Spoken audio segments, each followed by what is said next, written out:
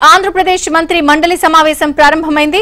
ఇక కేబినెట్ భేటీలో అమరావతి నిర్మాణాలకు సంబంధించి కీలక అనుమతులు మంజూరు చేయనున్నారు. ముఖ్యంగా అమరావతి నిర్మాణాలు అయిన గవర్నమెంట్ కాంప్లెక్స్ భవనాలకు అనుమతులు మంజూరు చేయనున్నారు. ఇప్పటికే ఈ భవనాలకు సంబంధించిన టెండర్లు పిలిచేందుకు 43వ సిఆర్డీఏ అథారిటీ సమావేశంలో నిర్ణయం తీసుకోగా అథారిటీలో తీసుకున్న నిర్ణయాలకు కేబినెట్ లో లాంఛనంగా ఆమోద ముద్ర వేయనున్నారు.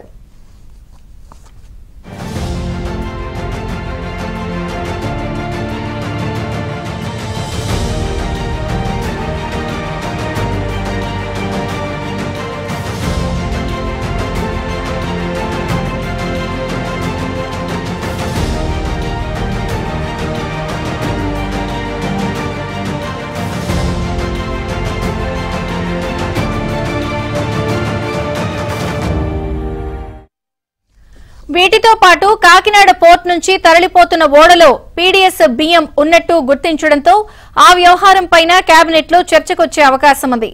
కూటమి ప్రభుత్వం ఏర్పడిన తర్వాత కలెక్టర్ల సమావేశంలో ప్రభుత్వ ప్రాధాన్యాలను సీఎం, డిప్యూటీ సీఎం వివరించారు. దీంతో ఆయా ప్రాధాన్య పథకాల అమలు తీరుపైన కేబినెట్ లో చర్చించే అవకాశం ఉంది.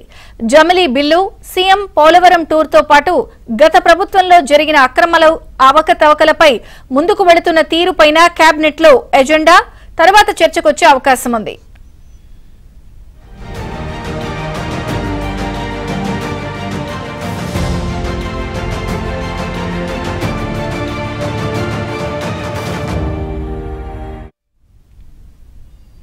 ఏపీ కేబినెట్ సమావేశం ప్రారంభమైంది.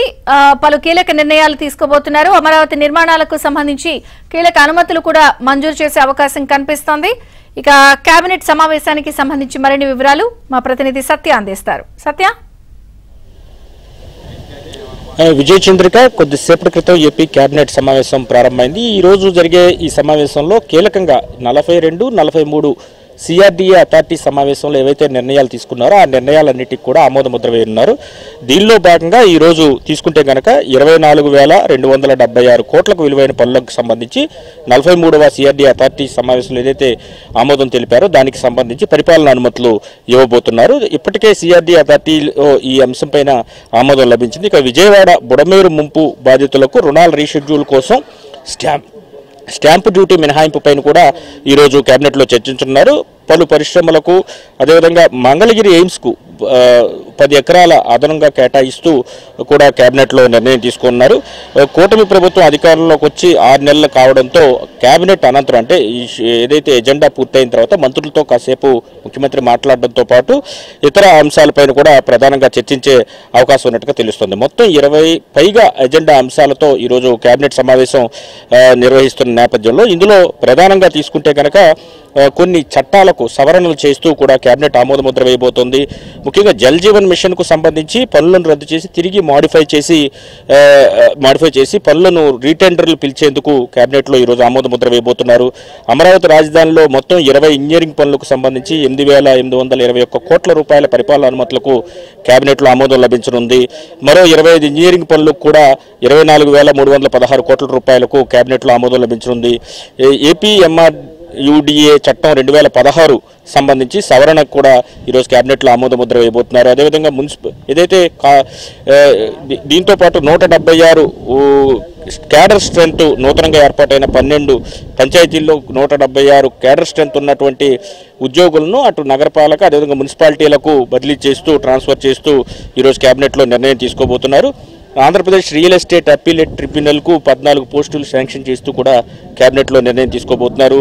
అమరావతి అభివృద్ధికి హడ్కో నుంచి 11,000 కోట్లు, అదేవిధంగా జర్మన్ సంస్థ అయినటువంటి KFW నుంచి మరో 5,000 కోట్లు, మొత్తంగా 16,000 కోట్ల రూపాయలు రుణం తీసుకునేందుకు కేబినెట్ ఈరోజు ఆమోదం తెలియజేయనుంది. ఏపీ రీసర్వే ప్రాజెక్టుకు సంబంధించి కూడా సూపర్ న్యూమరీ పోస్టులు ఏవైతే క్రియేట్ చేశారో గతంలో 679, ఆ పోస్టులకు మరొక 2 ఏళ్లు గడువు పెంచుతూ కూడా కేబినెట్లో ఆమోదం తెలిపే అవకాశం కనిపిస్తోంది. మరి ఎంప్లాయీస్ స్టేట్ ఇన్సూరెన్స్ కార్పొరేషన్కి సంబంధించి కర్నూలు రూరల్ మండలంలో తాండ్రపాడు గ్రామంలో కేటాయించిన భూమి కేటాయింపుకు ప్రతిపాదనలకు కేబినెట్ ఆమోద ముద్ర వేయబోతుంది.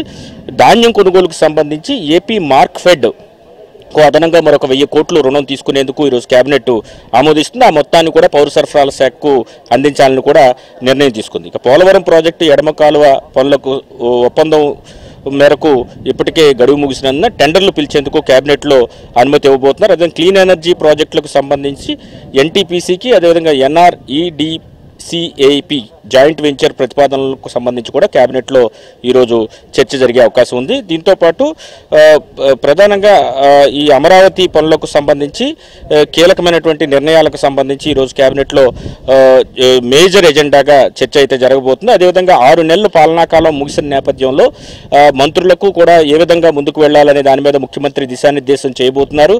అదేవిధంగా ప్రభుత్వ కళాశాలలు, KGBV మోడల్ స్కూళ్ళు, రెసిడెన్షియల్ కళాశాలలు ఏవైతే ఉన్నాయో వీటిలో సర్వేపల్లి రాధాకృష్ణన్ విద్యార్థి మిత్ర కింద పాఠ్యపుస్తకాల పంపిణీకి సంబంధించి 32,45,00,000 రూపాయల వరకు కూడా ఖర్చు చేసేందుకు ఈరోజు కేబినెట్ ఆమోద ముద్ర వేయబోతుంది. అదే 475 ప్రభుత్వ జూనియర్ కళాశాలలో ఈ డిసెంబర్ నుంచే మధ్యాహ్న భోజనం అమలుకు సంబంధించి నిధులు సంబంధించి ఈరోజు కేబినెట్లో ఆమోద ముద్ర వేయబోతుంది.